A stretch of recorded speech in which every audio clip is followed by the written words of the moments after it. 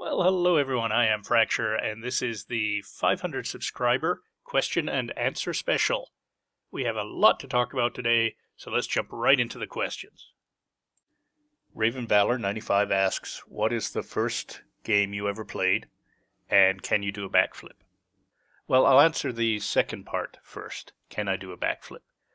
No, I cannot. Well, I suppose the true answer would be I have no idea. I may be absolutely brilliant at doing backflips. I'm your typical computer nerd. I always have been, born and bred. It's in my genetics. So I have the sense not to try, because of course being a real computer nerd comes with a rather weak set of athletic abilities, shall we say it that way? So no, I think I would be the subject of a YouTube video followed by an emergency room visit if I ever tried to do a backflip. Now, to answer Raven Valor's first question, what is the first game I ever played? I had to think about this a bit. My game playing actually goes back quite a ways. So the first game I ever remember playing with any sort of certainty was an electromechanical game. Because when I started out as a very young kid, they didn't have video games. So the very first game I remember playing in a place that you could almost call an arcade was something called a penny fountain or penny cascade.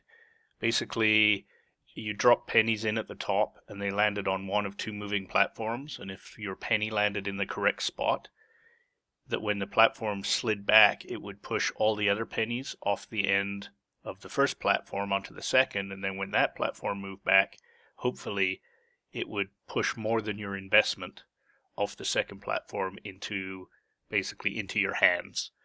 So, like any game like that, though, you always came out empty-handed, but it was fun to play as a young child because you put in 1 penny and got 20 pennies out every once in a while. Now, that really isn't what you were asking, though. What arcade game is the first game I played? I don't remember. The one that kind of sticks in my head is something called Canyon Bomber. It was a black and white game. Came out in 1977.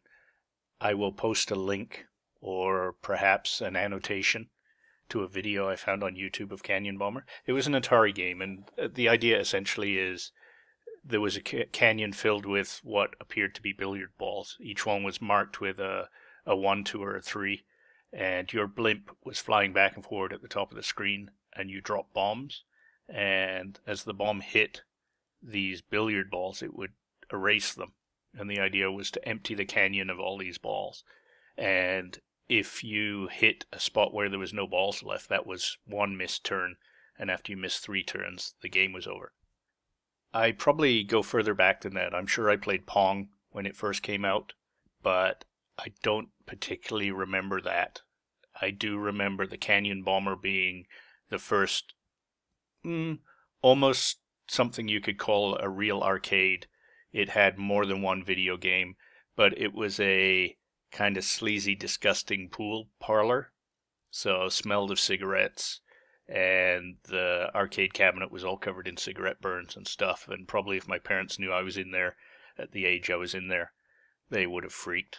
But it was a small town, and it was safe as anywhere else in town, actually, I'm quite sure. It's not like it was at any risk, but that's probably my earliest memory. Other memories that I have of notable video games was the first time I saw Pac-Man. That was mind-blowing, because the arcade that we had in our town, most of the games were black and white. Stuff like, I think we had Asteroids was considered pretty amazing. Perhaps Battlezone, Space Invaders, and some others like that. So I'm pretty sure Pac-Man was the first game that was in color. Like really, I remember seeing it and thinking it was rich and vibrant and exciting, and it had real sound effects instead of just bleeps and bloops. It had music, which had never been heard of in any of the video games I'd played up till that point. And it was completely a different concept. Everything was kind of space related, shoot and blow up stuff. And Pac-Man was just this maze and monsters and amazing. So I think that kind of shows the history. I started out before arcades started out.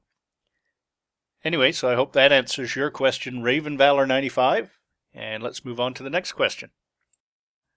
My Name Is Not Lily asks, what game would you most like to see made into a movie that hasn't already been made? And vice versa, which movie would you love to play as a game that hasn't already been made? If you could elaborate why for both, that would be nice. And fans of My Name Is Not Lily will know him as Tord, another excellent LPer. And we have another excellent question, or questions, ones that also took a lot of thought. And I'm going to kind of add to your question, and I'm going to assume that you meant if the game they made or the movie they made was worth playing. As I'm sure you realize, there's essentially been no good movies made from video games at all, at least in my opinion, and whose opinion matters aside from mine, really. I might say that those ones with Mila Jovovich, what were they? I don't even remember the name of the movie. Were they Final Fantasy? Something like that? I guess you could say those were worth watching, but really, they're worth watching because they're Mila Jovovich, not because they're movies made from video games. Anyway, back to the question. So, a game made into a movie. Well, my first choice, I'm actually going to give you a couple, is a bit of a cheat. Because most people won't think of this as a game. I'm going back to Infocom Times text adventures. I think Planetfall would make an excellent movie. Those of you not familiar with Planetfall, shame on you. It's available for purchase, but I'm sure you could get it other ways that aren't so expensive. Planetfall was a text adventure written by Infocom, and it's fantastic. It's probably one of the earlier memories, really fond memories of any sort of computer gaming that I have. The characters were excellent. Unfortunately, it probably wouldn't do well in today's market because it involves reading, and people today have forgotten how books work, and anything with more than 2 sentences just gets a TLDR on the end and they skip it, so most people wouldn't be able to make it through the game. The way it worked is you would read a paragraph of text. You have landed on a planet, and the ocean stretches out beyond you far to the horizon. There's a cloud bank to the east, indicating there may be some land, though you can't see it. And then a cursor would pop up, and you would say, examine Lifecraft controls, and the game would proceed like that. And it was notable at the time because the interpreter where you typed in your commands wasn't the standard 2-word interpreter. Up until then, these text adventure games were popular, but they tended to be go north, get key, go south, put key, open door, that sort of thing. And Infocom Games was a much more natural way of interacting with the game. You could use complete sentences, and it actually used to complain to you if you tried to use 2-word sentences. After a while, it would say things like, I am not stupid, how about using complete sentences? Anyway, I ramble. Back to why I think Planetfall would make an excellent movie. It's essentially a book, an interactive book, so it's a novelization, and the characters were great. You meet a robot that assists you in your attempts to get off this planet, and the robot was called Floyd. And anybody that's played the game as a young kid, as soon as I said Floyd, they got a lump in their throat and a tear in their eye. And I'm not going to say why, but that, I think, would make a fantastic movie. Then, of course, I also think System Shock would make a great movie.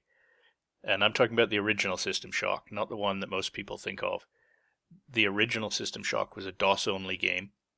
It came out right when, I think Duke Nukem or something similar kind of buried it, and it was a real shame because it was a fantastic game, and just poor marketing and bad timing meant that very few people played it. I do have an on-hold LP of System Shock if you want to see the game. So go ahead over there and find that. I'll probably add an annotation to the playlist, but if you don't want to bother with that right now, it's not listed in my playlist. It's actually in my comments down the left side of the screen. There I mention on hold and cancelled Let's Plays. It's one of the ones listed there. Again, the reason I think this would make a great movie is because the plot in the game was actually excellent. You're driven to continue through this game, and you're trying to rescue these unknown people that keep sending you these electronic messages. And the whole concept of the game is great. You start out as a hacker breaking into a government institution, and within seconds they break your door down and realize that you're a pretty darn good hacker. And one of the main guys, the protagonist? No, the antagonist in the game, is actually the controller for a space station. And the space station has an artificial intelligence that, with ethical constraints, is kind of constraining what he wants to do with the space station. So he asks you to hack the computer and remove its ethical constraints so that it can do pretty much anything he wants it to do. So you agree to this, and in return, he implants you with some cybernetics, some military-grade implants, and you go into a healing coma for 6 months. And when you wake up on the station, everybody's missing. And all of the robots that run the station have gone nuts, and they're trying to kill you.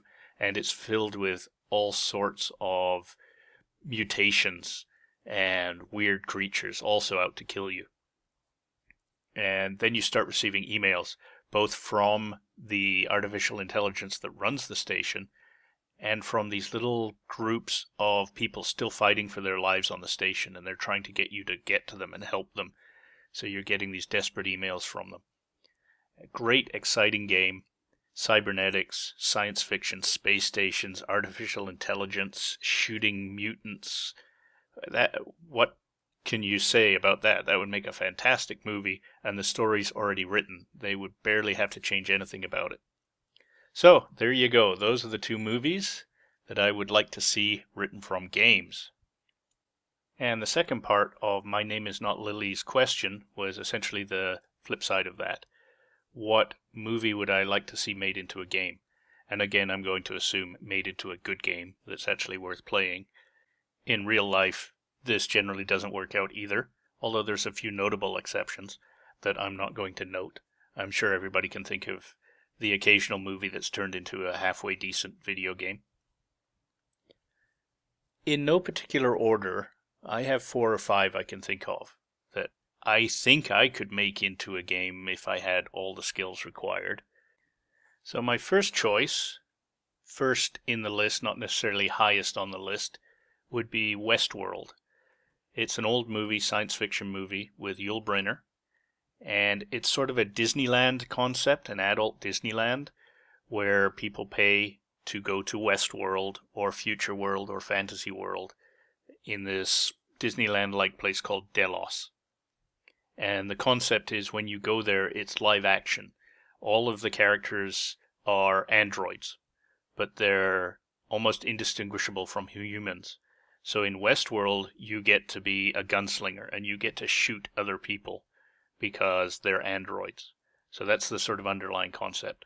And of course, everything goes wrong. The androids go nuts, and the main character is fighting for his life. And I think just even that general concept would do really well as a video game. Especially if they can pull off the main gunslinger, the Yul Brynner character, who is sort of the main android that's after this guy. He's so ominous, and if they could pull off getting some of that into the game, it would be amazing. One of the notable things about the movie is the main character, of course, is fighting for his life, so he's frantically running away from this attacker. But every time they show the attacker, he's just walking after the guy. He's just monotonous. He's an android. He's Terminator far beyond, way before Terminator was ever invented. But just walking and walking and walking. And it's so atmospheric and scary. Great movie. Very old. and the special effects are a little on the weak side by today's standards. But if you can find that on, say, Netflix or something where it doesn't cost you anything, I highly recommend you watch that movie. Another one I think would make a great game, and it may already have been made into a game, is Escape from New York. Especially if they get the whole Snake Plissken thing going and this sort of weird retro futuristic feel of that game, if they can pull that off. And I have memories of the Blade Runner game they made, which was a point-and-click adventure game. And they really got the atmosphere nailed on that Blade Runner game. So if they could pull off that with Escape from New York, I think that would be a good game. Another one I can think of is the original Poseidon Adventure from the 70s. Not the remake. I haven't seen the remake, but I understand it's awful. The original was a delightful movie. Great, again, an old movie. But if you get a chance to see Poseidon Adventure with Shelley Winters and a bunch of famous old actors and actresses, take a look at that.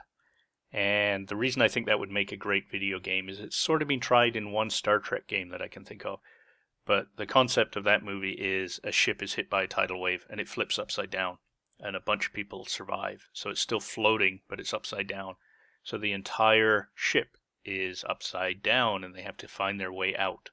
And they're working their way up from what used to be the upper decks to the hull so that they can cut through the hull and escape.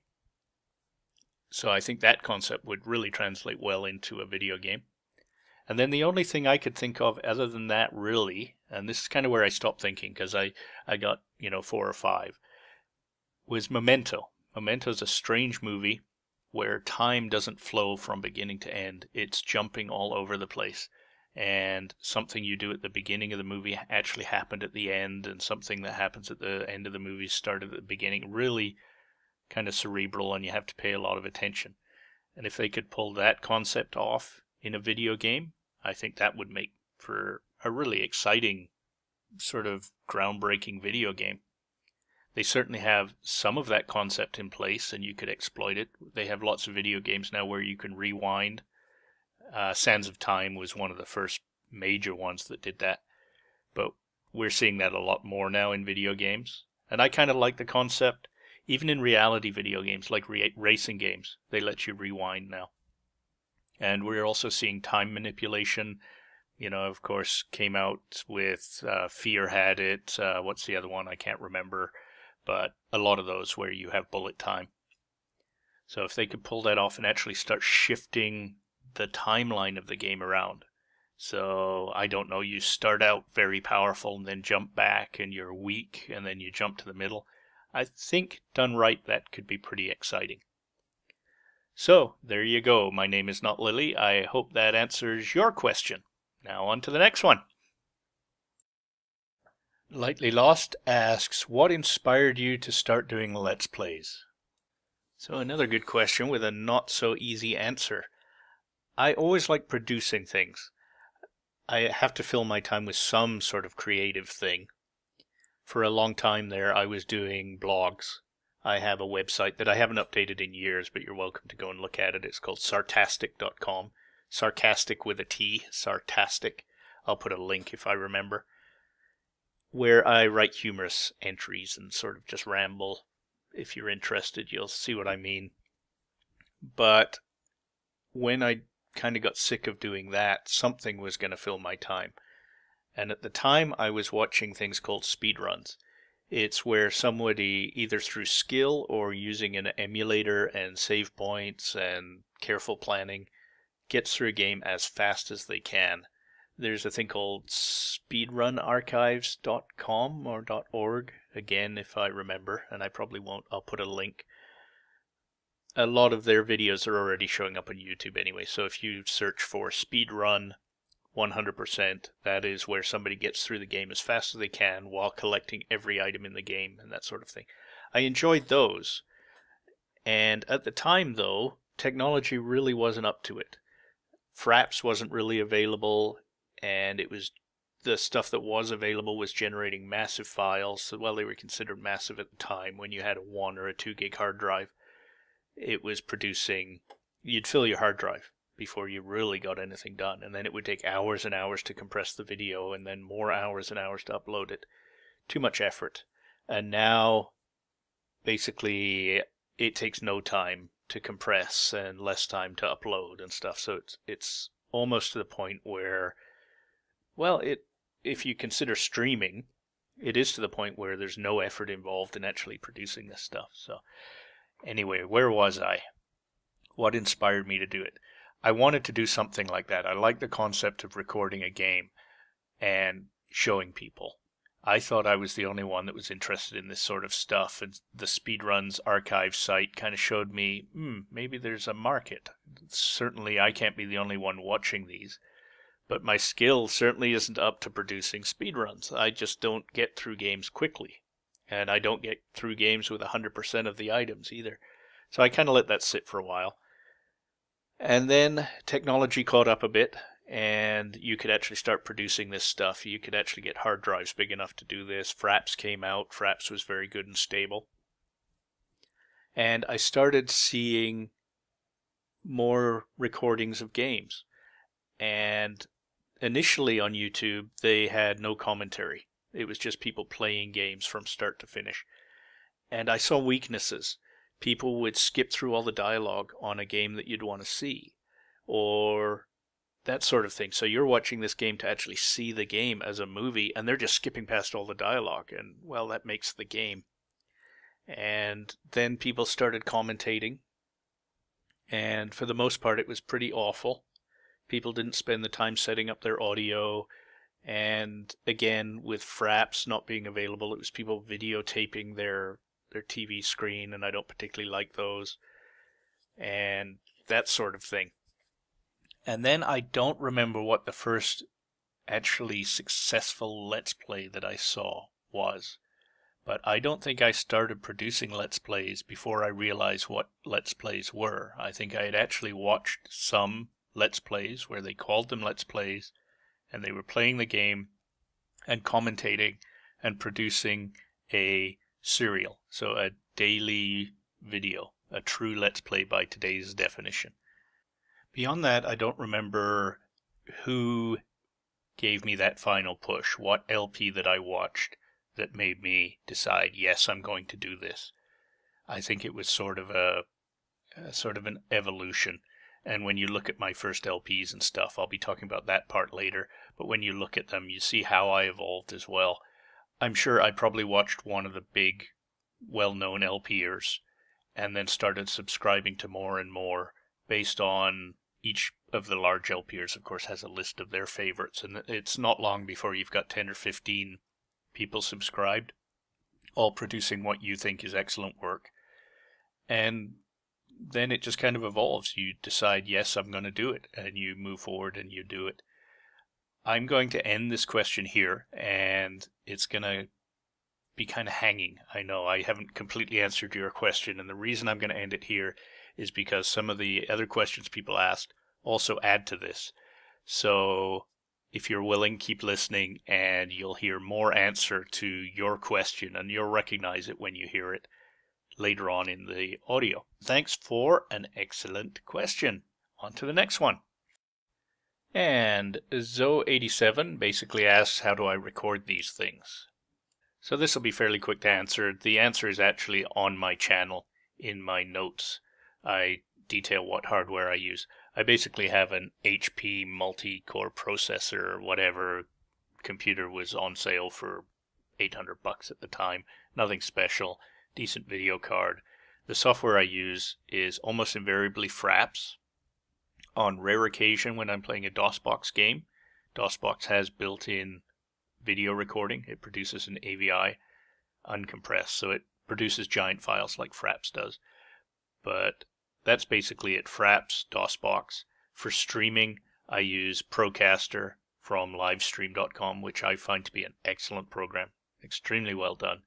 The only thing I don't like about it is you don't have audio controls when you're recording a video game. So if you want to adjust the audio of the video game that people are hearing on the live stream, you actually have to stop the stream for a couple of seconds, pull up their audio mixer, adjust it, and then go back in. Aside from that, fantastically well done game. A fantastically well done recording application. So those are my recording things. Then to edit the recording, almost all of my LPs now I produce using just Windows Live Movie Maker. Pretty awful program and very restrictive, doesn't have very many features, but I don't do a lot of editing and it's quick to produce files. You just pull the files in, you can do a little cut and pasting, add a couple of comments, text comments, maybe a couple of transitions, and then produce the file. And it does a fairly good job of letting you adjust the compression rate to match the game. It's just painless because of its simplicity. It's probably doesn't produce the best compression or anything like that, but nobody's complained. It seems to do a good job. It's quick and easy, and it's free. I also have Corel, what's it called? Let me actually minimize this. It is called Corel Video Studio. Again, not the best program. There's a lot better out there. I hear Sony Vegas is really popular. I kind of have a loathing for Sony in general because of their DRM bullshit. So I kind of steer away from that. I may end up buying it anyway. But Corel is, again, fairly awful program, really poorly designed user interface, very confusing, but it has more features. So if I need to do anything like picture-in-picture, if I need to blur part of the screen or anything like that, that's the tool I use. And then generally what I'll do anyway is I will generate a barely compressed file, like a high-def file from there, and I'll end up pulling it into Windows Live Movie Maker anyway to do the final compression. And that's really all I do. For recording this stuff that I'm doing right now, I'm using Audacity because it's pure audio recording. Again, Audacity has some really brain-dead limitations that I don't understand, but it's free and it's an extremely good program if you can survive with their just why did they do it type of UI problems. So that's pretty much it. That's how I make these. I generate them. I keep a copy on my local hard drive once I've compressed. A couple of things I've learned from doing LPs is keep the original uncompressed files for as long as you can, at least until you get your first comment or two on the video that you uploaded to YouTube. That's proving that the video looks okay and it got up there. I have a couple of Let's Plays that I've damaged. Basically, they have missing parts because I deleted the original files before people got back to me and said, hey, there's a huge black section in the middle of your video. Anyway, so keep the files as long as you can, which means you have to have a couple of terabytes of disk space at least. And then keep the compressed versions. YouTube does let you download them, but once you upload a compressed video to YouTube, it compresses it again. So if you download it from YouTube, you get worse quality than you sent them. So keep your compressed versions. And also, if you do any extensive editing, where you're adding a lot of captions or doing a lot of cutting and pasting, save the project file in whatever program you're using and don't get rid of it. Even if you get rid of the raw files, it's nice to have that project file that shows all of the cuts and pastes and captions. That'll save you a lot of time in the long run. If you don't have room to do all of that, maybe wait until you do before you start doing LPs seriously. You'll just give yourself a headache if you don't have those original files to fall back to. So there you go. I think that answers that question. And on to the next one. Phantasmagoria asks, what is your favorite movie and why? Another tough question, mainly because I have so many favorite movies. And that may sound a little odd. How can you have more than one favorite movie? I think you probably already know. But I like different movies for different reasons. And I just have a lot of movies that I really love. And I don't think I could ever get to the point where I could rate them 1 to 10. But let's go through a couple of them. Monty Python and the Holy Grail, of course. Anybody that's heard my humor in any of my LPs probably recognizes that my early days were Monty Python inspired humor. So I love that movie just because I grew up with Monty Python. And I love that type of humor. And the movie is brilliant. I love it. I could watch it again and again. I can watch it twice in one night and not get bored at all. So that's a favorite movie of mine. There's Logan's Run, which is an old kind of corny sci-fi movie with some good and some pretty awful special effects, but great story, very attractive women running around, scantily dressed. So it's got everything that a guy could want. And I really love that story. I mean, it is a good movie, very enjoyable. The concept is this guy lives in a city, a domed city, that has a very limited population. Since it's domed, of course, they have to keep the population down. And what happens is when somebody reaches 30 years old, they're terminated, basically. And if they don't voluntarily terminate themselves, they're called a runner. And they're hunted by sandmen. And the main character, Logan, is a sandman that runs after these people that are trying to flee being terminated. And that's kind of the background story.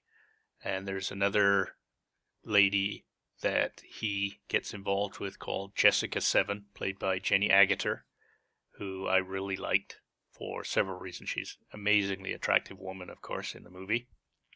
And it's just really good, the interaction between them and the whole storyline. I love that movie. Could watch that one again and again for completely different reasons than Monty Python's movie.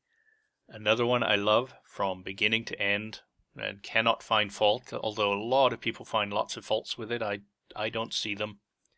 Fifth Element with Mila Jovovich. So maybe, again, redhead, gorgeous. Maybe that is why I find trouble finding fault with the movie. I'm smitten with her, and the faults just, they pass me by. I don't know, but I love the movie. It was exciting, funny, science fiction. It got everything it needs. And that reminds me of another movie that I didn't include in my list here, was Alien. I love the original Alien and Aliens. I think maybe I like Aliens more than Alien. I like Sigourney Weaver. I like movies where the women in the movies are powerful, they're intelligent, they don't take any bullshit, they're just strong, intelligent women making good decisions in tough times, and Sigourney Weaver did a really good job of that. Of course, another one I can think of is Terminator, where Sarah Connor, of course, is the same thing. And if you go back further than that, the original Halloween, again, it's a slasher movie, but it got very good reviews because the main character in that is a powerful, intelligent woman who doesn't just run around screaming, and they don't find excuses to just flash her boobs. It's actually a really intelligent woman fighting for her life and doing things smartly. And so I don't know, I'm rambling a bit there, but I like those kind of movies where the people in them are reacting intelligently within the world of the movie. Of course, the intelligent thing to do in something like Halloween would be just run and don't stop running and get as many police as you can. And of course they don't do that in the movie. But within the world of the movie, they're acting intelligently. Another one that I love, and again, partly driven by gorgeous redhead, would be Point of No Return. It's a remake of Nikita, La Femme Nikita, and an excellent movie.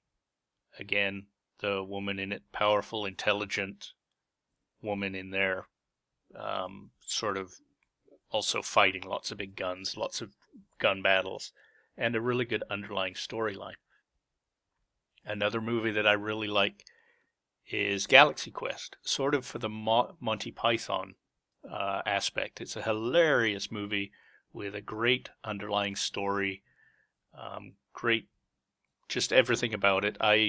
That's one of the movies where I laugh so hard it hurts, especially the first time I saw it. So that's why I like that movie, just because it's so funny and so well done. And it's sort of my lifestyle, sort of. I've never been to like Star Trek conventions or anything like that, but I understand the motivations. I understand the sort of the geek culture, and it's living that geek culture. So that's a lot of fun, that movie. And another movie I really enjoyed was Brazil, the director's cut, the real one, not the American version, which was dumbed down for the American audience, and they gave it a sappy, happy ending and turned an absolutely brilliant movie into an awful piece of dreck just by editing like 20 minutes out of it.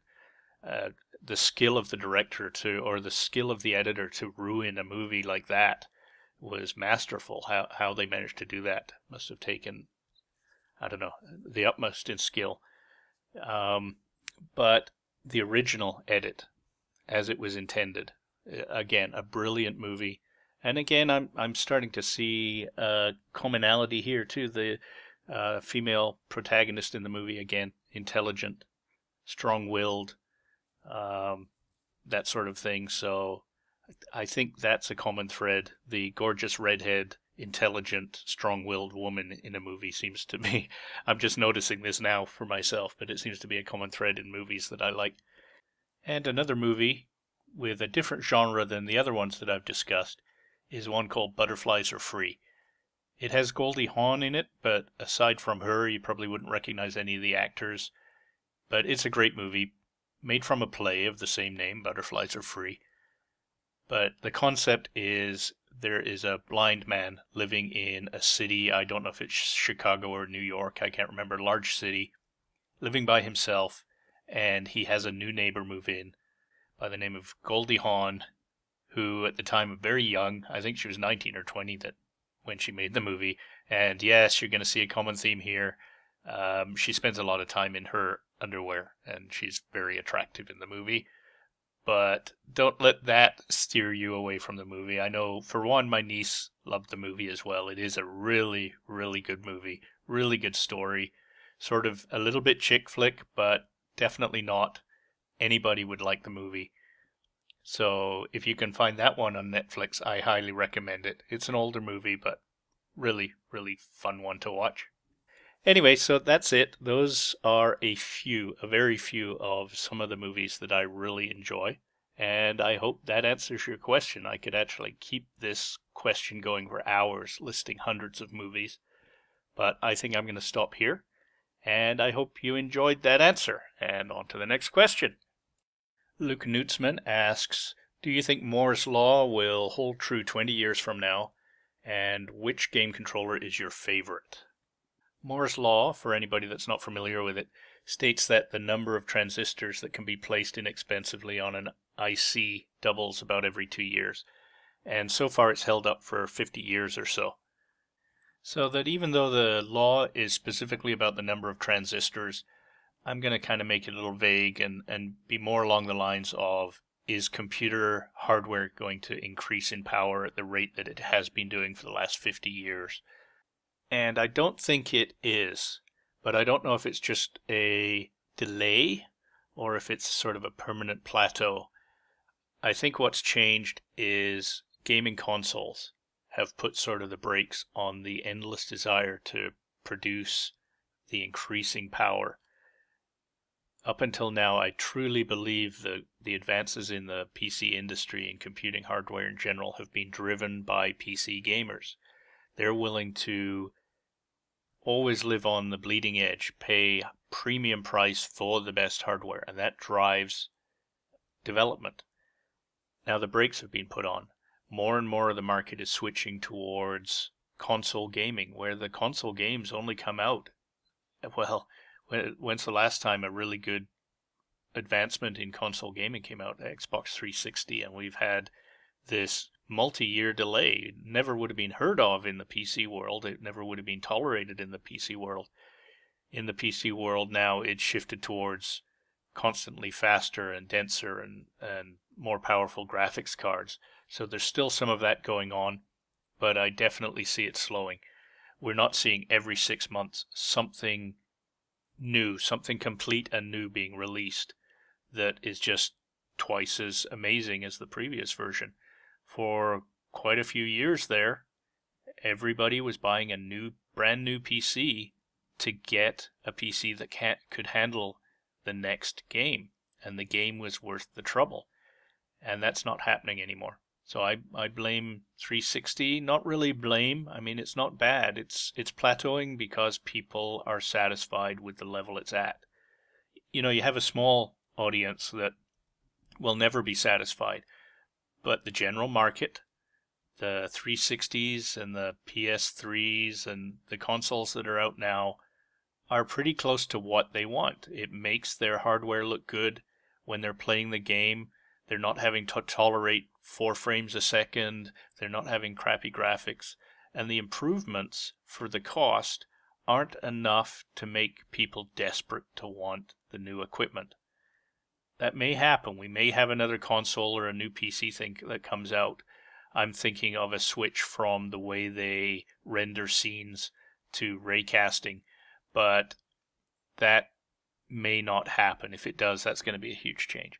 I think what's switching is that people are switching now to possibly cloud computing. That's either going to succeed or fail very quickly if they can't sort out the security problems that they have with it. Cloud computing is going to be held back by bandwidth.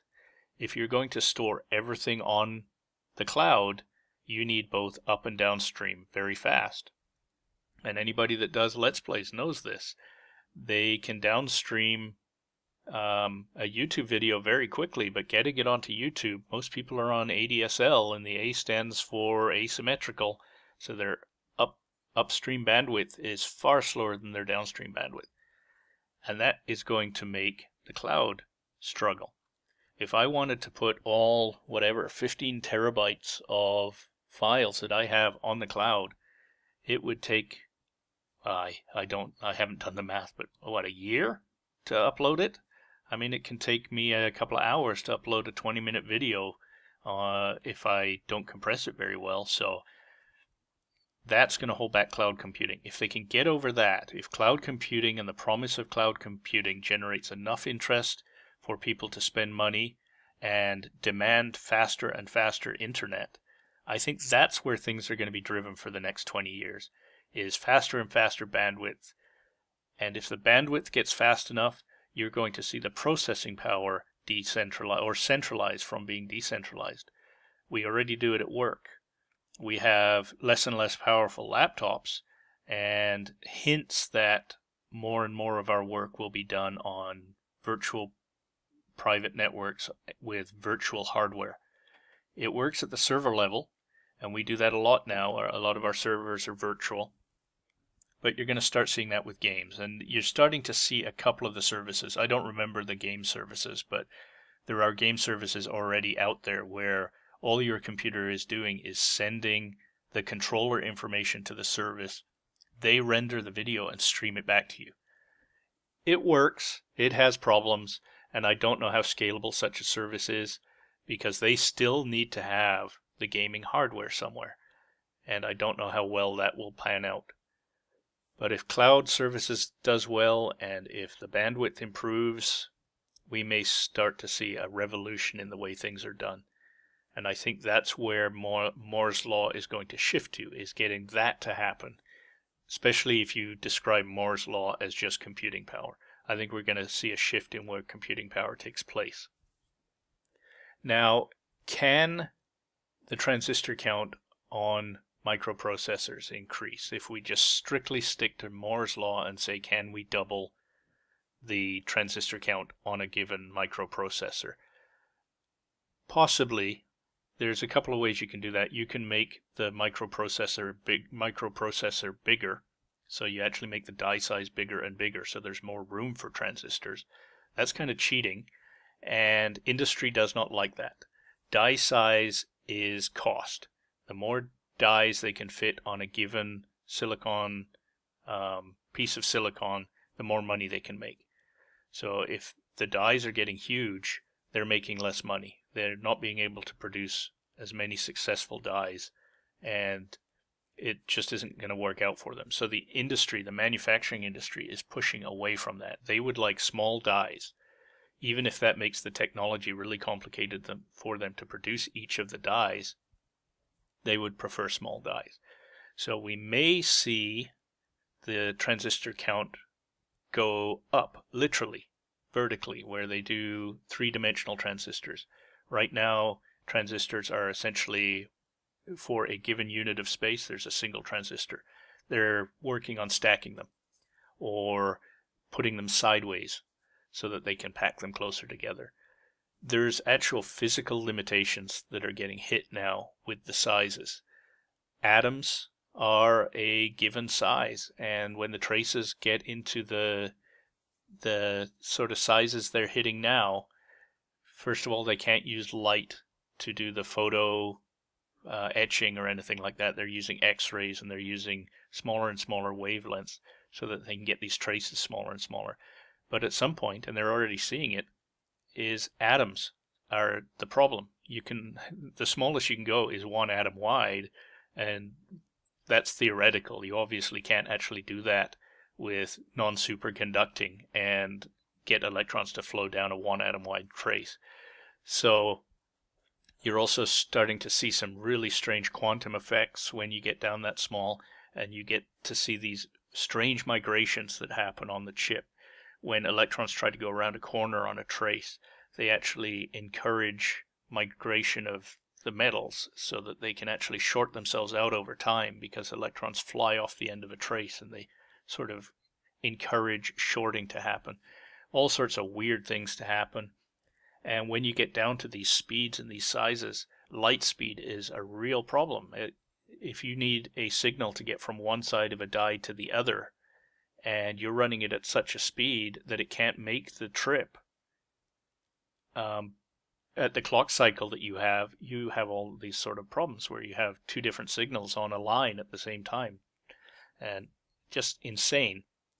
So I think there will be either a huge technological change. They'll start building up, or they'll find a way where they are willing to tolerate bigger and bigger die sizes. But really the easiest thing for the industry to do is stay where they are. I mean, until something comes out that really needs a doubling of computer power, and I'm not going to say there won't be, because there might be, but until now, the industry has known what they wanted. They knew why they needed the extra power, and at the moment they don't. We've reached the point where the market has stopped asking for twice as fast computers, and it's the market that drives these things. So it's going to be interesting. It's going to be interesting to see what happens over the next couple of years. Well, that was long and rambling, so sorry about that. But somewhere in there is what I feel about this. I hope it made some sort of sense, and I hope it answered your question. Again, I feel like I could continue to talk about this, but I need to stop somewhere, and this will be where. So your other question was, what is my favorite controller? Well, favorite is easy because I have only one controller setup that I can tolerate for more than a few minutes, and that's mouse and keyboard. I have yet to find something that even comes close to the immersive nature of mouse and keyboard. I can sit and play a game, and I am not using a controller to control something. I am simply that character on the game. I can put myself in the game. Any other controller is a joke. An Xbox controller or any of the console controllers, I cannot see how the market tolerates them. When you compare somebody playing the same game on a console versus the game on a PC with a mouse and a keyboard, it's night and day. That is the one reason they do not have shared multiplayer environments. Because if you let a PC community onto a console multiplayer environment, the PC community will outright slaughter anybody that's trying to play using a console controller. And that's the only reason they don't do that. The technology is there, and they have tried to do it. They have tried to have shared multiplayer environments. It doesn't work. The console players with console controllers are at such a disadvantage. And I really don't know why they do that. There's some sort of marketing concept where there's nothing stopping them. An Xbox is a PC. All it is a PC with a predefined set of hardware to make life easier for a software developer, because they know what is involved in the hardware. That's all an Xbox is. There's no difference between an Xbox and a PC. And there's nothing stopping them from putting a keyboard and a mouse, except that if they did that, they would be splitting their market. those that preferred to use a mouse and a keyboard would slaughter those that don't. So they can't do it, and that's the only thing stopping them. So yes, maybe not the most popular opinion, but I think the only type of controller, until somebody comes out with something brilliant, is mouse and keyboard. And anything else is just a low-cost thing to produce that doesn't work as well. And it affects the whole game, and it ruins the whole game. When you compare a console game that was ported to PC, everything about the game is awful. The menus are awful, the user interface is awful, the dumbing down of the aiming is awful, because it has to be dumbed down. And people tolerate it because they know no better. So there you go. That's I have an opinion about that, and I gave it to you. So there you go. So I hope I've answered your questions, Luke Nutzman. And now on to the next one. VWV Wacko asks, have you ever played Call of Duty? I bet if you did, you hated it. Lots of laughs. Well, no, I've never played it, but I bet if I did, I would hate it. So you're right. I think I'll answer this in a little more detail, though. I'll tell you a little bit of history about my multiplayer experience and why I'm not a big fan of multiplayer games anymore. Back in the days of Quake 1, when Quake 1 came out, and it sort of took over the multiplayer experience. It took it over from Duke Nukem 3D, I think, which was a great multiplayer game. But at the time, I had just started working for an IP, internet service provider, an ISP. So I had very high bandwidth internet service for the time. It was very slow by today's standards, but for the time I had very good bandwidth, very low pings, and I also had lots of money. I just got a new job, and I bought a high-end PC, and I had something that most people didn't have. Very few people had 5-speaker audio at the time. Very few. I was probably less than 1/10 of 1% of the people that had multi-speaker audio. And that's a huge, huge advantage. Low pings and 3D audio. When somebody is sneaking up behind you that has only 2 speakers and you can hear them walking up behind you and you know where they are, without ever seeing them, you can turn and shoot and kill them. Just without even thinking about it. And since they have never experienced multi-speaker audio, they have no idea how you did that. So I probably can say pretty fairly I was an excellent Quake multiplayer. I was probably near the top. I was very, very good at the game. And I spent a lot of time at it. And then all of a sudden, when I was really starting to be impressed with my skills and I would learn maps and I could tell just from the sounds people made when they beamed into the map. If they made a splash, I knew exactly where they were on the map because only that area had water, so I knew where they were. Or if I heard them beam in and then within, say, 2 seconds pick up a certain type of equipment, a buff or a weapon, I knew where they were because only a certain teleport had a gun that distance. So yeah, I was insanely good. Right about that time, I started getting accused of cheating because I was so much better than everybody else. I would basically finish the map. I would have all the kills and nobody else would have any kills on me. So right about that time, they started bringing out aim bots and that sort of thing. And I started getting accused of cheating. And I wasn't, aside from the fact I just had way better hardware than anybody else. But I made that decision very quickly. Over about 2 weeks, I suddenly hated multiplayer gaming. I mean, if the whole concept was you spent all this effort to get very good only to be accused of cheating, what's the point? And it completely switched everything for me. I suddenly didn't like multiplayer gaming. I couldn't be bothered.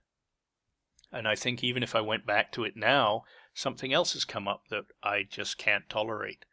There's just the vile stuff that people say online. I mean, I'm hardly a prude. I don't mind swearing. I don't, I'm very open-minded. I don't care. But when people just start, calling you faggot or nigger or all this stuff, this vile stuff that goes online, I can't believe it. Why do people tolerate that? And I think it's just so childish and so wrong. I just couldn't stand it. So I don't think I would be able to tolerate the live online chat of a multiplayer game. And nowadays, you pretty much need that. I suppose you can straighten that out a little bit by only multiplayer gaming with your known friends that have similar opinions of that kind of bullshit that goes online, and they don't have that kind of chat. I just don't see a place for it in my gaming. I see people playing these games, and that's going on constantly. Just this vile crap that's coming out of the speakers, and they don't hear it. It's just part of the game, and it's noise, and it doesn't mean anything to them. And that's fine. If it doesn't bother you, hey, enjoy. Obviously, you're having a great time with the game. I don't have the patience or the tolerance for that kind of nonsense. So that turns me off. And then the other thing that I find too, and again, this would be resolved by having a small group of players I play with, I think, but is people don't, again, spend the time to get their audio right. So there's half a dozen people burping and breathing into their microphone, and they've got their microphone way overdriven, so you can barely understand what they're saying. Why do you even bother, talking online if you can't figure out your audio? Spend the time to get your audio right. So those kind of things, they really, really bother me, and I can't get past that to see if I can enjoy the game at all. So it's turned full circle for me. I loathe multiplayer gaming so much, I don't even bother, and I don't give it a chance, and I don't try.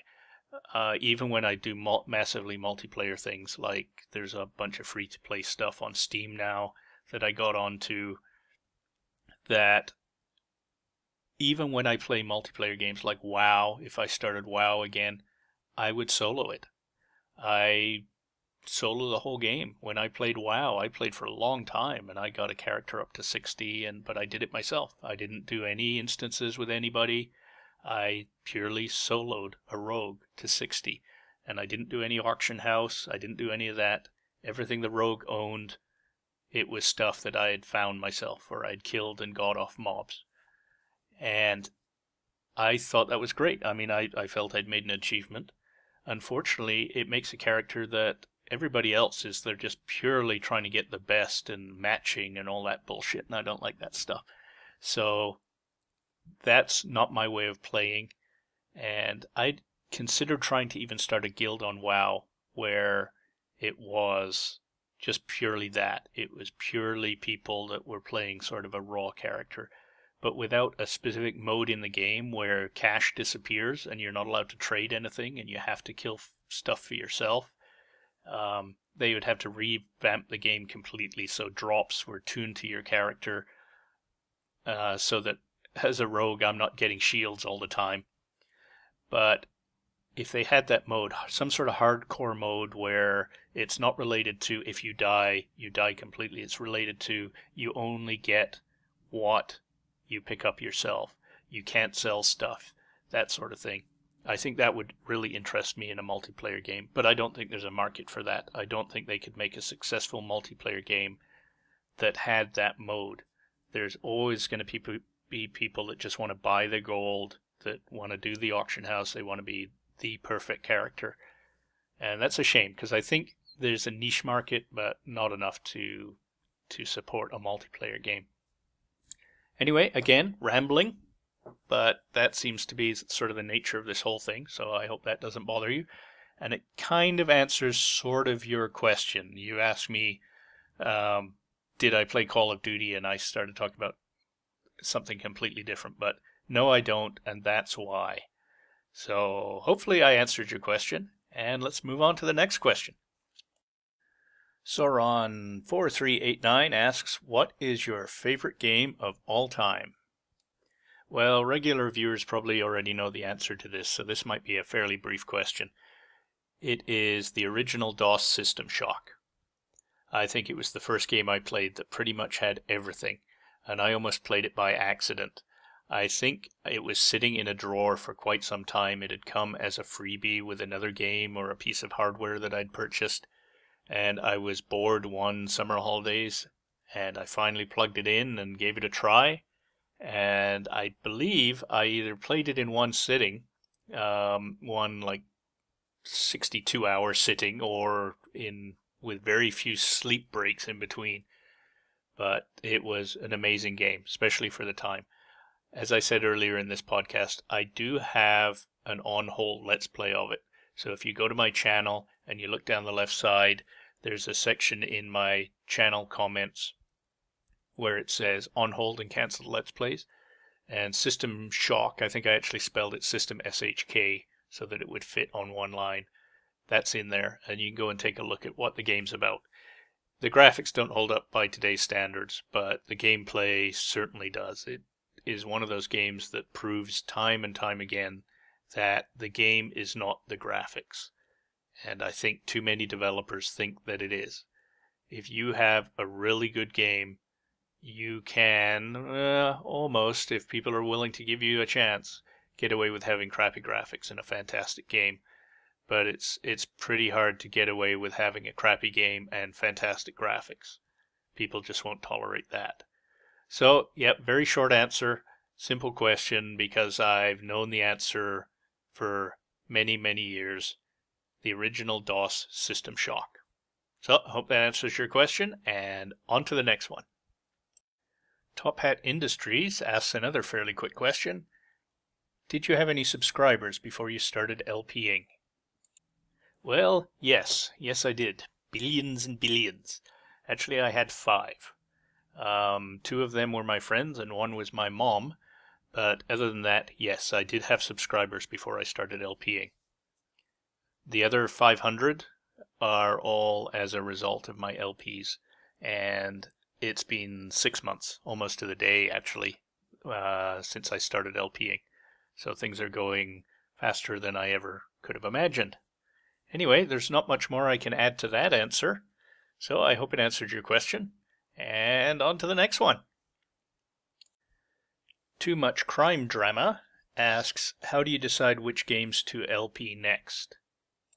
You know, that's a good question, and up until recently I really didn't make any decision. It was what other game I was fancying playing, and I would play it and I would LP it. I would record it and commentate.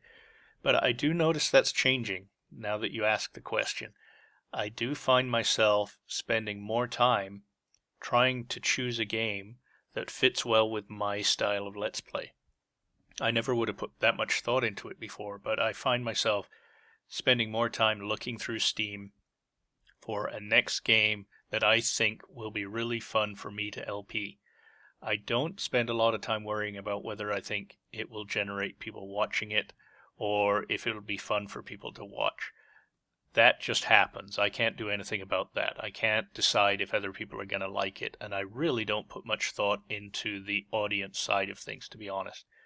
As I've found, if I'm enjoying the game, it comes through in my commentary, and people seem to enjoy watching that. I've even had comments, people saying they watch it regardless. They enjoy the fact that I'm LPing the game, and even if they don't particularly like the game, they seem to watch my LPs, which I think is fantastic. What a compliment, eh? So I do find myself changing things slightly now. I do look at a game and I try to decide, am I going to enjoy it from beginning to end? Because I really don't like canceling LPs, but I do cancel them. I find if I'm not enjoying it, I'd rather cancel it than continue playing an LP that I don't like playing, because I think that comes through in the LP that I'm not enjoying it, so the people watching it don't enjoy it. So it does mean I tend to cancel more LPs than a lot of other LPers, and I don't like doing that, but I will do it. So what I find myself doing is try to find the perfect game right from the start to make sure that it's not a game that's going to be canceled. I also find I'm more willing to choose a blind Let's Play or a not blind Let's Play, almost. I want to play the beginning of the game. Again, just to make sure as best I can that I'm not jumping into a game that I'm going to end up having to cancel the LP due to lack of personal interest. And there's a little bit of flip side to that. The LP of Two Worlds that I did, I probably would have stopped playing that game long before I did on the LP. I completed the LP. So, and I see that as a positive. The LP forced me to finish a game that I was on the fence for. and I think that was good for me. I ended up finishing a game that more or less, I'll let you watch the LP, but more or less was worth playing. Anyway, again, I kind of rambled, but I'm evolving, I guess. So if you ask me that at, well, whatever, at 1,000 subscribers maybe, I would probably have a different answer for you. But for now, it's, hey, I grab a game I want to play, and hopefully the LP works out. Hope that answers your question. And on to the next one. Milius Medici asks, do you know the documentaries of Louis Theroux? If so, what's your take on them? And also, comparing your first video to your most recent one, in what way do you think you've evolved? Well, to answer the first question, no, I haven't seen any of the documentaries by Louis Theroux, and I did a little wiki search to see what they were about. And Louis Theroux does documentaries on sort of the extremes of culture, and the wiki paragraph that describes him best is actually not very well written, but it talks about like white supremacists, and that sort of thing, so really sort of negatively extreme. And then also talks about things like the pornography industry, which I don't think fits well with an extremist organization. I think it's a different type of an organization, but I wouldn't call them extremists. But he's looking for the edges of society and these splinter groups. And it sounds like the way he does his documentaries is he gets very involved. He becomes part of these groups, or at least as much as they will let him. But he looks for the humor and the inconsistencies and the hypocrisies in these groups. So I think he sounds very sane to me. You know, he's not trying to find the positive nature of white supremacy. He's trying to show how crazy they are, which is good. I mean, that's really all you can do. There's no way to show them as sane. So I thank you for bringing my attention to them. I think I am going to hunt some of them down. They sound very interesting. And they certainly, I don't know, I would either very much like them if he fits well with my own personal beliefs, or very much hate them if he tries to find ways to tolerate those sort of extremist groups. So I'm certainly going to give them a chance if I can track them down and take a look at some of them. And yeah, I would encourage other people to take a look at the wiki page. Look him up and see. Sounds like it's worth it. I mean, they were brought up, of course. Milius Medici brought them up, so they've made an impact on him. So maybe at the next question and answer session, I'll have a better answer to that particular question. And the next thing that he asked is comparing your first video to your most recent one. In what way do you think you've evolved? Well, my first video is actually an evolution in itself in many ways. I started out playing Borderlands, and the first 6 videos are me playing the game with no audio, no commentary track. I didn't have the confidence to do commentary. And when I started recording that, I made the mistake of expecting immediate views.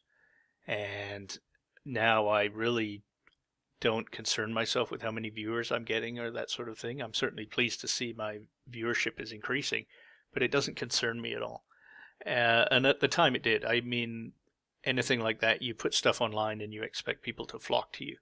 So I put the first 6 videos up and I was noticing no increase in viewers and that sort of thing. And I thought, oh, it must be because I'm not commentating.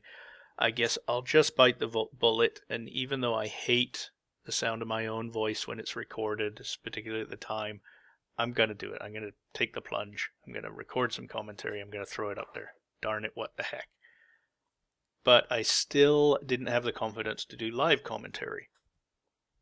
So I did post commentary. I recorded the video. I adjusted. If you look at my first and my 6th Borderlands video, you'll see what I mean. I do a lot of editing. Borderlands has a lot of walking around, so I speed up that portion of the video. And really, speeding up all sorts of sections of the video pretty much forces me to do post commentary, because if I did live commentary and then sped it up, I'd be Mickey Mouse running around or Donald Duck. And I don't think I would have had the confidence to do that sort of a commentary. So that part evolved. I went within 6 videos, sort of forced by wondering why I wasn't getting any viewers, to start doing commentary. and I can certainly look at my first couple of commentaries and it's cringeworthy. My audio equipment wasn't very good, and I was doing it for the wrong reasons. I was hoping to get subscribers, and I've since got over that. And so I see that. But then even when I look at the, say, 6th video compared to my 20th video of Borderlands, I see myself improving dramatically, getting more confident, making jokes, sort of learning a style, learning who my character is online. And I do try to be myself, but as soon as you're anonymous, you're behind the microphone, you do take on a personality that might not be exactly the same as your own. You're probably hearing much of my real personality in these questions and answers, more so than definitely on a post commentary, because though I didn't write any scripts, I would make comments, listen to it, and re-record until I was satisfied. And those Borderlands videos took a long time to produce, particularly compared to, say, my latest LP. I produce, compress, and upload them very quickly. It takes me very little time to go from recording, which to me doesn't take any time out of my day because I would be playing the game anyway, and recording live, it doesn't add any effort or time to the gameplay.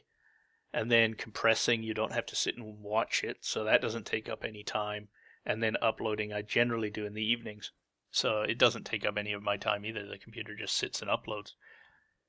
So I think the way I've evolved more than anything else, going from post commentary and highly edited videos like my Borderlands video to live commentary, is the amount of time it takes. Those first videos took ages, and I just agonized over every little detail. And the most recent LPs I've done, I just did on the fly, and I much enjoy, and I think they come out much better as well. They're two different things, and I may try going back to a heavily processed Let's Play just for the kicks, because I enjoyed doing that. I enjoyed working with the video editing tools and learning those tools. So I'm really glad that my first LP was post commentary and it was heavily edited. It got me into those tools. So now that I can use those tools without thinking about it, and it got me to set up my audio properly, and it got me the confidence, and that led me into doing live commentary. And the other thing it did for me is it got over that ego thing of hearing your own voice recorded. I understand a lot of people don't like the sound of their voice when it's recorded. And if that's stopping you from doing LPs, my advice to you is get over it. Either don't listen to yourself or just trust yourself, post it. It's the voice people hear when they talk to you. You're hearing yourself differently because you hear yourself through the bones of your own head, and it changes the resonance of your voice that you hear compared to everyone else. So just remember, the stuff that you're recording, it's how people hear you. People don't mind hearing you in real life, so they're not going to mind hearing you on YouTube. And trust me, I really disliked the way my voice sounded, and I got over it. It's not a physical process of getting over it. You just, at some point, start hearing yourself recorded the same way that you hear yourself normally, and you stop noticing a difference between the two. And it's just getting used to hearing your own voice recorded. So I guess I threw a little bit of advice into the end of that question. But yes, I've seen a huge evolution of the way things have happened. And to the better, I hope, but not so much so that I don't have an interest in going back to the old ways, at least once or twice, to keep those skills fresh, and because it produces a different kind of Let's Play. So I hope that answers your question, and we're going to move on to, yes, the next question. So, Mr. Smart Donkey asks, what other LPers do you watch? Well, this is a tough question to answer for a couple of reasons. I watch an awful lot, even some that I'm not subscribed to. And I'm a little worried that I'm going to mention a bunch of names, and the people that I don't mention are going to feel left out. I know I kind of do. I have an ego like everybody else, and if other LPers are mentioning names and I'm not mentioned, it doesn't bother me much, but yeah, you have that little thing, boy, I wish my name had been mentioned. So I hope I don't have anybody left out like that. I'm just going to mention a few notables and the reason that I particularly like watching them. And I'm going to stop early. I'm going to stop after 2 or 3 or 4. Depends on how long I feel like chatting. And that way, I hope people will understand that that means the list is far from complete. And if you're not one of them, I'm sorry. I mean nothing by it. So with that sort of disclaimer, let's get started. I'll just jump in and say some of the LPers that I watch. So first off, of course, yes, one of the LPers that I do watch faithfully is Mr. Smart Donkey. And I guess that goes without saying. I mean, he was the one that asked the question. So almost of course, I'm going to say that. But I think I would have mentioned Mr. Smart Donkey anyway. I think the reason that I like his LPs is, well, one of the reasons, to be honest, is he's an intelligent 19-year-old. And that's very refreshing after listening to a lot of sort of US-based, yes, I know, a dig on the US again, a lot of US-based LPs, digging through them. I'm always looking for new LPs that I want to watch. And boy, there's a lot of dumb people out there, I'm afraid, especially on YouTube. But Mr. Smart Donkey, he's, I'm sorry if I got your age wrong. As far as I remember, you're about 19 years old. And very well educated, very intelligent, very confident coming on online. Very interesting commentary as you do your LPs.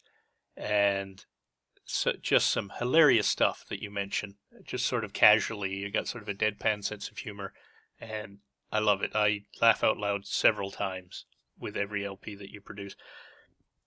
Let's see, on to the next person that comes to mind. Of course, there's Variax. Everybody watches Variax. Variax is saying, everybody doesn't watch me. I know Variax is very much of my similar opinion, where it's not the number of viewers that's particularly important. I'm sure he's the same way. He's really happy to get lots of viewers, but that's not why he's doing it. He's LPing for himself, and very much like me. But the quality of his LPs speaks for themselves. He's very consistent. He has a style, and even though it frustrates him that people don't understand what he's getting at, he doesn't let that change his LPs, and I value that a lot. He has a way he wants to do his LPs, and he sticks to it. And he has enough subscribers that he gets berated quite a bit just based on the volume of subscribers he has. Oh, you should be doing this, you should be doing that. Those kind of comments really frustrate me as well. And I'm learning through Variax's LPs that you have to ignore that and move on. And you're doing LPs for yourself more than for other people. And that comes out in Variax's LPs. I like when he role plays and the style of his role plays. So I think everybody that's listening to this probably already watches Variax. I mean, he has a lot of subscribers. But if you don't, head on over there. Same goes for Mr. Smart Donkey. If you haven't seen his LPs, if nothing else, go and see his Witcher LP. It's very good. There's been a delay recently, but yeah, go and catch that. That's going along really well. I've been really enjoying that one. Another LPer that I really enjoy that stands out from a lot of others is Nagadal146. The reason he stands out is he has a very different style than any other LPer that I have found. First of all, he has the confidence to do picture-in-picture. He usually has his webcam in the corner of the screen. And I've seen a couple of LPers that do that, and it's annoying. In this case, in Nagadal's case, it very much pulls you into his LPs. He involves you. He's talking with you, not with the microphone. He looks at his webcam and discusses things with you directly, and it's very effective. Also, just the way he does an LP. It's hard to describe. You'd have to go and see, say, his Oblivion. He's doing an Oblivion LP, but it's not Oblivion. It's one of the add-ons, and I don't recall what it was. Or even go and look at his review of the Skyrim video, the pre-release Skyrim video. He does an hour-long review of a 30-second video that's amazing. Or take a look at some of his Minecraft reviews. He will go onto a map and review people's architecture in Minecraft, and they're extremely good. So he is not at all concerned with stopping mid-play of a game and looking at the architecture or how the designers built part of the level or how the polygons are interacting, and he will sit and discuss something. And you may think that sounds very strange or unappealing, but it really pulls you in, and he does such a good job of it. So there's another LPer that I really like, really sort of cream of the crop LPer. Then, of course, we have My Name Is Not Lily, another excellent LPer, very much a role player. His name's Tord, and My Name Is Not Lily comes from his character. He always plays Lily Black, and regardless of the game, he seems to carry the personality of Lily Black into the new game, and sort of her background story is modified to match the game world, but is essentially the same background story, and very much role-playing, and excellently well done. He does role-playing the best way, in my opinion, where if the character would do something to their detriment in the game, I mean, if it quote-unquote spoils part of the game and that character would have done it, that's what he does, and he lives with the consequences, much the same way Variax does. So I like that. I like when people stick with their character in-game. If they're going to do sort of role-playing, stick with it. And My Name Is Not Lily is very good at doing that. So another, and very professionally produced LPs as well. Good audio. He's got a really good speaking voice. Really enjoyable to watch. So there's another person that I really like. And of course we have a set of female LPers, and I don't divide them to put them in a corral. I divide them to put them on a pedestal. There's not enough female gamers as it is, and the selection of good female LPers is obviously going to be very small, unfortunately, just because the female gamers is going to be a small percentage, and then a small percentage of them are going to want to LP. So we have several of note that are excellent LPers. We have Mamaki 1987. I like her style. She sits in her house next to her birds. Either that or her house is surrounded by trees, but you hear her birds in the background all the time.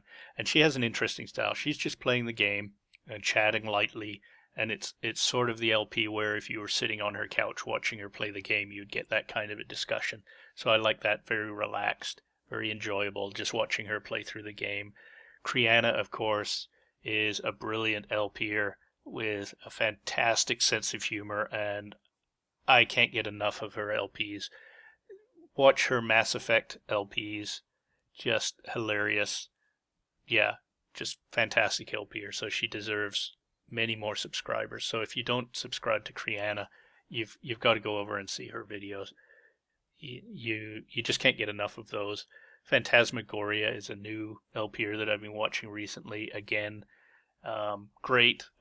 I hope this is a trend. I hope we're seeing more and more female LPers, because if you get female LPers, it's going to generate female gamers, because what they're missing, what females are missing, there's some amazing games out there, and I hate to hoard it in sort of a male-oriented thing. Gaming is so much fun, and I'm glad to see women getting into gaming. And it's gonna self-generate. You're gonna get more female LPers on YouTube. Females are going to watch them and realize that gaming is fun, so you're gonna get more female gamers who are gonna want to do more female LPs. So I'm really looking forward. I can already see the slight increase, so I'm hoping it gets better, because it's such a fun thing to do. So that, I grouped all the females into one, and I hope you see why. It's because they deserve to be moved up on a pedestal, and I don't want to do them as a group. I almost wish LPs weren't divided like that, but isn't everything divided like that? And I'm going to end it there for this question. There's so many other really good LPers.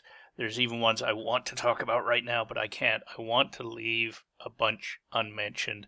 And boy, you know who you are. Every LPer I've seen that sort of meets certain requirements. The audio has to be good and that sort of thing. But other than that, there's so many good LPers out there. I'm subscribed to, well, I have 98 subscriptions and probably 80 of them are LPers. So if you want to see a good batch of LPers, go to my channel, look at my subscription list. I also have things that I'm watching. You know, you can have the short subscription list show up on your channel. I have that. They're not all LPers in there, and I don't choose which LPers I put there by anything, just the name kind of, I'm particularly interested in a particular LPer at a given time, so I'll put them in the short list. But there's so many out there, and the easy way to find them is, well, first of all, of course, search for Let's Play, insert your favorite game here, and then start poking around. I mean, it's YouTube, it's free and it's easy, and if you don't like somebody immediately, you probably won't like them long term, so it's not too hard to find LPers that way. The other way, of course, is go to one of the big LPers, Tord, My Name Is Not Lily, or Variax. They have favorite LPer lists. Good place to start, certainly not a place to stop. Go to those LPers and see who they list, and it's not going to be very long before you have a group of really good LPers in your subscribe list, and I encourage you to do that. There's so many people worthy of being watched out there. So, I hope that answers that question, and yeah, on to the next one. Surface Lizard asks, you are on an Arctic research station for a year. After killing off genetic mutants that imitate your friends, what 3 games do you take with you for that year? Well, that's kind of funny. The friends that I have generally imitate genetic mutants. But okay, we'll go with this. It's a tough question. Boy, I'm saying that a lot. These questions are tough and they're fun to answer. I think I might cheat a little bit. Probably one of the first games that I would bring would be something with a game designer, say Portal 2, where it is a game, so it kind of maybe meets your requirements, but it comes with a map designer. I think that one game, you could probably eat up a year of sitting around waiting for the rescue chopper, just designing some new levels. And I mean, that could be just about any game. So if that doesn't answer, that might be kind of cheating, because, you know, the level designer itself isn't a game. And if you allowed that, I could, you could pretty much just say anything. Bring a compiler with me and I'd write my own games. I don't know. So let's see, what game would I bring with me? That it would have to be, I think, sandbox game, at least one sandbox game, whatever the latest, what would you call it? Those driving games where you're beating up hookers and stuff like that. I don't play them myself, but I think that would be a great game to bring with you, because it's sandbox. So after you've played through the game, you can then play through it again and do stunts. You can do all sorts of things, explore the city, looking for Easter eggs. And I think you could eat up a lot of time on a game like that, especially if you grab the most modern sort of sandbox game of the time. To take that even further, another sandbox game that would be really good to bring along, I think, would be something like Minecraft. That's almost like bringing Lego, because you could pretty much do anything. Again, it's sandbox. You can play in easy mode and you're not attacked, so you could just spend your time designing architecture to fill your days. So I think that sort of game would be excellent. I don't think I would bring something like my favorite game that I mentioned earlier, System Shock, because though it's my favorite game, it does have a certain amount of playability, and I don't think it would fill up much time. You would play it once or maybe twice in that whole year period. So you're looking for games that can use up 4 months or 8 months so that you're not going just stir crazy. So I think the first two, would be some sort of sandbox driving game. Minecraft would probably be another. And then, I don't know, some sort of puzzle game, but I'm trying to think of a really good puzzle game that doesn't lose my interest, and I can't. I fall back to something like SimCity or something like that, but that's not really a puzzle game. I'm trying to think of, like something that generates puzzles that would keep your interest. I don't know. I've never seen something like a good crossword puzzle generator or anything like that. And I'm assuming your question is implying that there's no internet connection. I'm trapped on this research station, and I'm trying to fill my time with just some games. I I would almost say maybe some text adventures, but that's more than one game. I don't think I could get away with saying I would bring the entire Infocom text adventure library with me. If you let me, that would be one of my games. Size-wise, I think the entire Infocom library, once it's zipped up, fits in a couple of meg. So I could easily put that onto a USB key. So maybe I could convince you that would be a good idea. Let me bring all of Infocom's games. So I have two that I definitely would bring, but I can't think of a third. Nothing pops into my mind. I like replaying Dragon Age and Mass Effect 2. Probably Mass Effect 2 more than Mass Effect. So maybe one of those, just for the simple, sort of mind stuff that doesn't take thinking to I'm having trouble thinking of thinking. Just something like that, or maybe something Left 4 Dead 2 or something like that, some sort of mindless shooter. I might go with something like Duke Nukem, but that is such a rail shooter, really. I mean, every attack is pre-scripted, whereas Left 4 Dead 2, you can just keep cranking up the difficulty, and I think that would be a fun one. So yeah, so let's call it that. And I mean, I just had some practice killing off the mutants that took over my friends, so I'd probably be in the mood to be killing mutants, wouldn't I? So yes, so we'll say Minecraft, some sort of sandbox driving game, and I don't play them, and none of the names pop into my mind. There's LA whatever. You know the games I mean. You're driving, you're punching hookers, you're graffitiing the city, and that sort of thing. So some game like that, whatever is the most recent and the best at the time. And then the third game would be Left 4 Dead. Or is Left 4 Dead 2 out? Again, whatever is most recent at the time. Some sort of mindless, sort of endless shooter game with, especially because those kind of games tend to have a survival mode where you're competing against yourself, which I think would be valuable to have. So there's no end. You can always try again and see if you can beat your last score. So I think that would use up a lot of time. So there we go. I hope that answers that question. And on to the next question. And for this question, Surface Lizard asks, what is your single most powerful gaming memory? Well, yet another tough one. Single most, that's the tough part, is choosing the single most. I have three. I have various aspects of playing System Shock 1, and I've already discussed that. There's also Planetfall, which I already discussed. That was actually, for a text adventure, just reading. Well, I mean, it's literature. It can be very emotionally powerful when done well, and it was done well. So there's that. And again, Pac-Man was a very powerful memory. I don't think it was emotional, but just my memory of seeing Pac-Man for the first time and sort of realizing what was about to happen. Even at that young age, I realized that kind of opened the door to something amazing was about to happen. So I don't know which of those three I would consider the most powerful gaming memory. I suppose Pac-Man. Planetfall was the most powerful emotionally, I think. System Shock was the most powerful sort of as an overall game and as a gameplay experience. So that whole experience was very, very memorable. But seeing Pac-Man for the first time, sort of, I remember that very strongly as something was about to happen. This is the first of something very different was going to happen to the industry, and I saw what was going to happen. So I knew something was going to happen in the future. And yeah, I remember that to this day, so that was pretty powerful memory. So I hope that answers that question.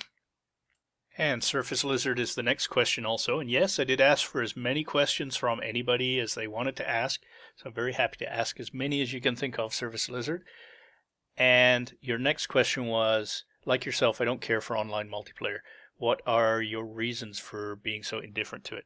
And this one's going to be quick. I think I pretty much answered that earlier in the video, discussing my experiences with Quake and how it sort of disillusioned me with multiplayer. So we'll leave that one very short and move on to the next question, also from Surface Lizard.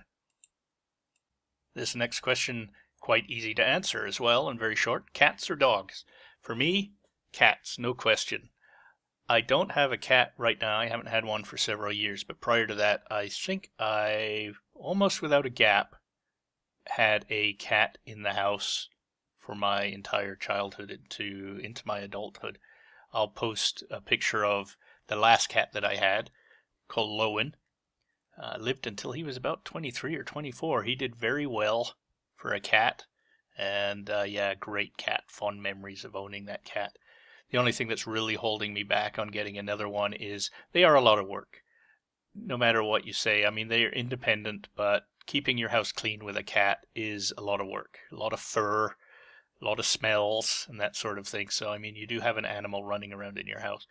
Other than that, I think it's worth it. I did really enjoy having cats, but I don't have one now. So, yes, cats. Dogs, not so much.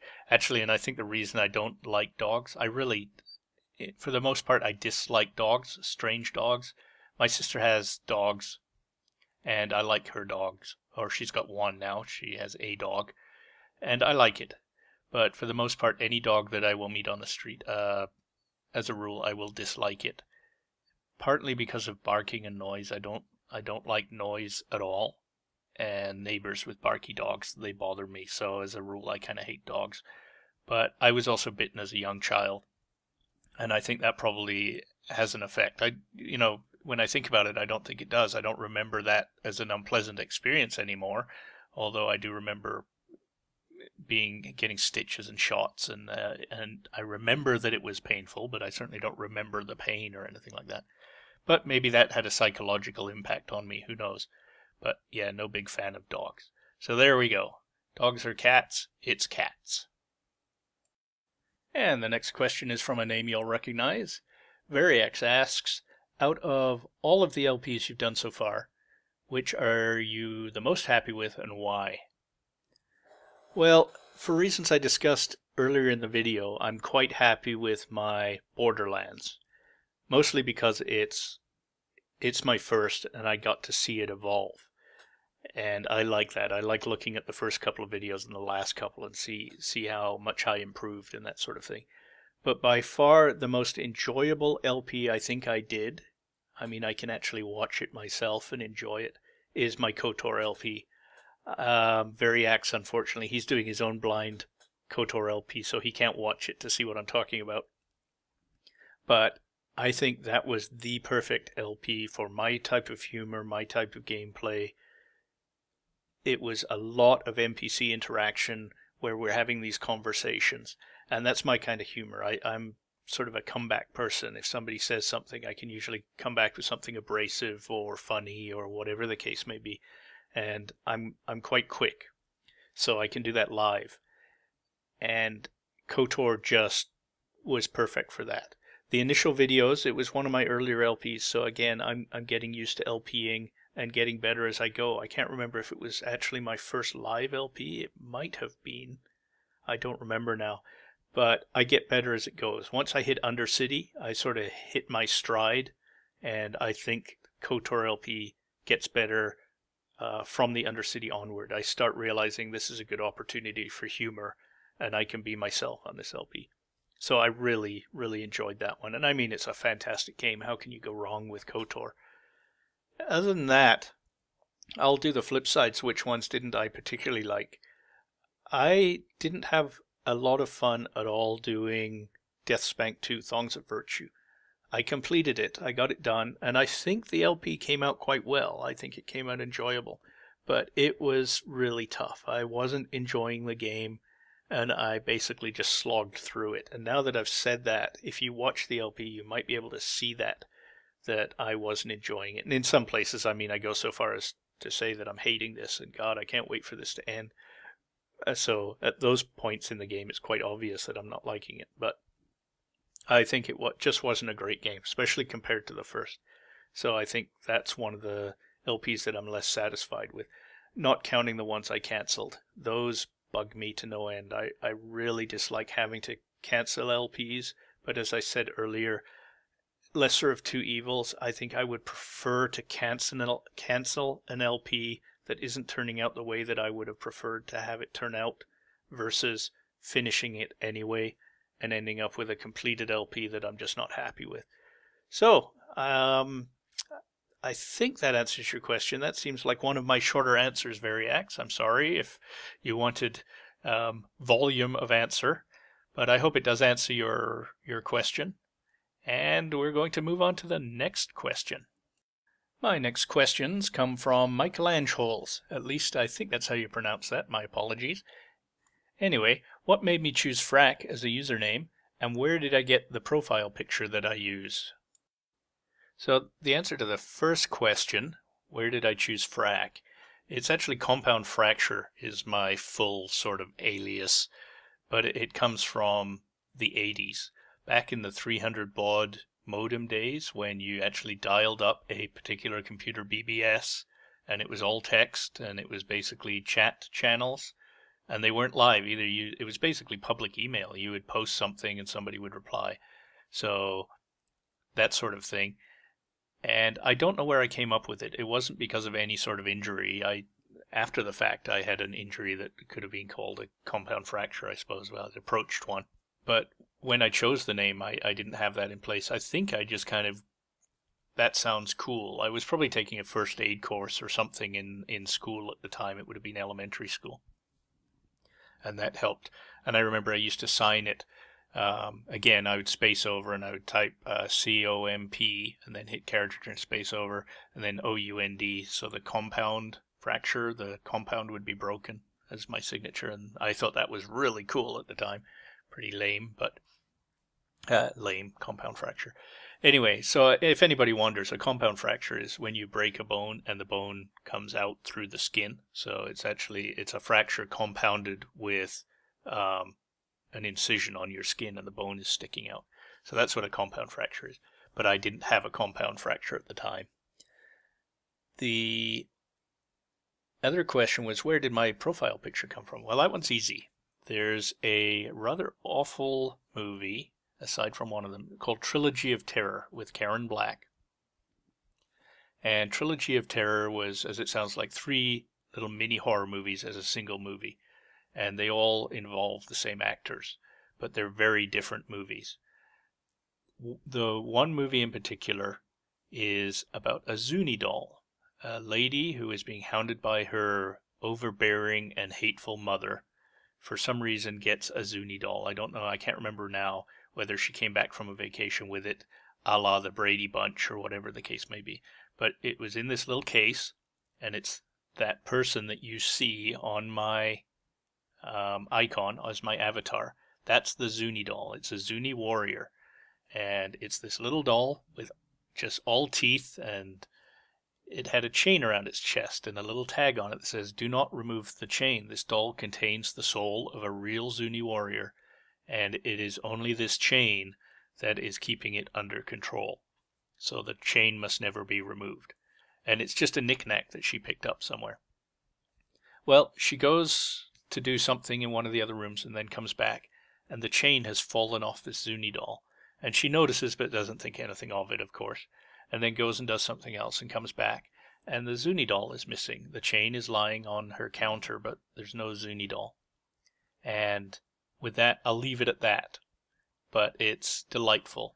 And if you watch the movie, you'll also recognize from Diablo 2, those little warriors with the giant knives are making exactly the same noise that the Zuni warrior makes in this movie. So clearly the Diablo folks that made Diablo 2 took those little warriors from the forest directly from this movie.